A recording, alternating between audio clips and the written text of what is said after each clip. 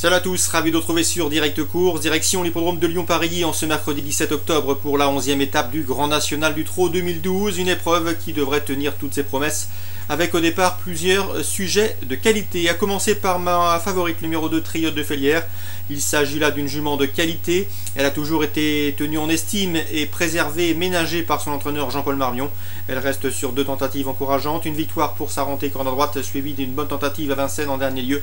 À mon avis, elle ne devrait pas être battue dans cette compétition, elle pourra d'ailleurs viser beaucoup plus haut cet hiver à Vincennes. Elle a été en tout cas préservée pour cette deuxième partie d'année, pour ce second semestre. Numéro 2, Triote de Félière, selon moi la candidate à battre. Je lui poserai le 8, Tintin Découvre, qui avait pris une excellente place de deuxième dans le critérium des 5 ans. Il était déféré ce jour-là, déféré des 4 pieds, il le sera pour cette étape lyonnaise. Le cheval est un des bons 5 ans au départ de cette compétition, lui aussi devrait pouvoir jouer les tout premiers rôles. Attention également numéro 4, Rire Mutin que l'on a vu à son avantage cet été, que ce soit à Mêlée du Maine comme à Cagnes-sur-Mer. C'est un bon voyageur, le cheval est au mieux, il se déplace à Lyon avec de sérieuses prétentions. Le 7, Souveraine d'MT, elle ne cesse d'apporter des satisfactions à son entourage et notamment son entraîneur Cyril Buigné. Sachez qu'elle a remporté la finale du Trophée Vert au mois de septembre à Cran avant de confirmer dans un bon lot à Vincennes. Bref, rien ne s'oppose à une confirmation, il lui faut juste un bon parcours caché afin qu'elle puisse placer sa bonne pointe de vitesse finale. Le 12, Soleil du Fossé, on l'avait remarqué à diverses reprises dans les premières étapes du GNT.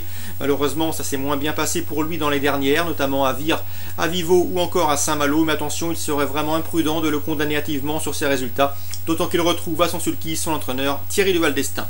Le numéro 9, Superviseur, là aussi, lui, il vaut mieux que l'on indique son dernier classement brut à Vincennes. C'est un des bons chevaux du centre-est, à lui de le démontrer mercredi. Le numéro 6, Tequila Berry, certes, elle a enregistré pas mal de disqualifications au cours des dernières semaines, mais sage, elle aurait parfaitement les moyens de participer activement à l'arrivée.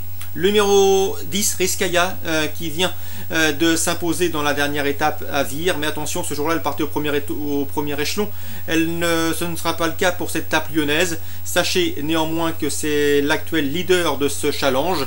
Son assiduité lui a permis de remporter de nombreux points précieux et une nouvelle fois elle se déplace à Lyon avec la ferme intention d'engranger des points et de conforter sa tunique jaune de leader. Résumé chiffré pour ce quintet, le 2, le 8 qui me semble de bonne base, derrière le 4, le 7, le 12, le 9, le 6 et le 10.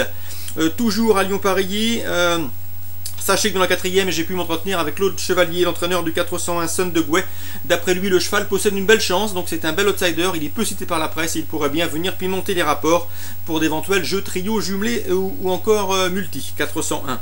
Je lui opposerai le 410 Speed Bourbon qui vient de prouver sa bonne forme à Laval et le 411 Socrate de Féline pour sa régularité. Dans la suivante, la 5e, c'est Noël Busset qui nous a renseigné sur le 508, va très bien. Un fils de nez percé qui est estimé, qui travaille très bien, qui, selon son entraîneur, a les moyens de figurer à l'arrivée de cette compétition. Je répète son numéro, le 508 va très bien.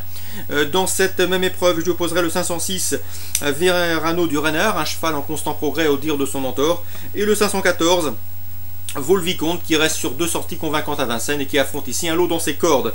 514, 508 et 506.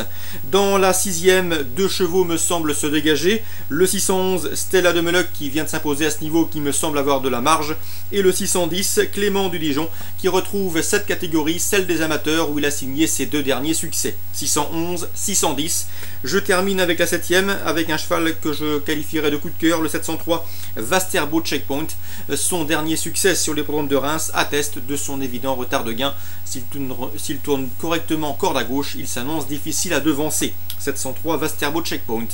Résumé chiffré pour les courses ciblées à Lyon-Paris. 4e, 5e, 6e et 7e. Bon jeu à tous, bon mercredi et rendez-vous demain.